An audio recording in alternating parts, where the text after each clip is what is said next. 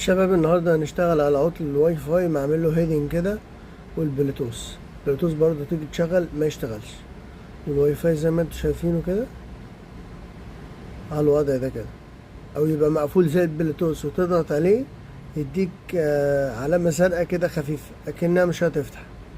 يلا بينا على الشغل على طول. احنا هنشتغل على الاي سي ده، تمام. هنا بيبقى فيه صاجة هنشيلها.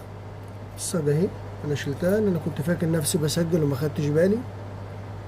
دي الصاجة دي ناعمة جدا، مجرد ما تعرض لها النار هتلاقيها تطلع معاك على طول. السي ده هنحط عليه فلكس وهنبدأ ندفع عليه دوران كده. ندفع عليه حوالي 10-13 ثانية بحيث ان احنا نتأكد ان الازير اللي تحت الاي سي ده بدأ ان هو يحصل له انصهار،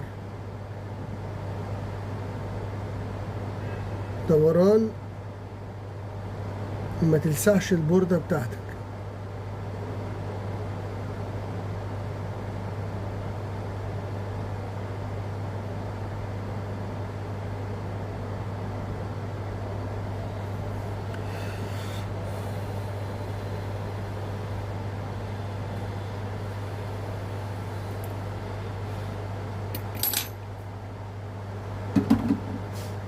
بعد ما تبرد نبدأ ان احنا ننضفها ونكمل شغل، وخليكم معايا.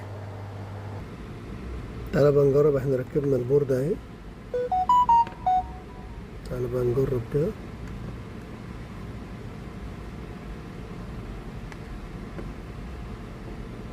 شايفين يا جماعة؟ شغالين زي الاكس اهو. شايف؟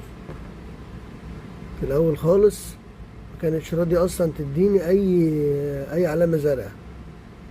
شايفين اهي؟ طبعا انا مش عارف الباسورد، بس انا كده خلاص الامور عندي اشتغلت. حبايبي يا رب اكون افدتكم.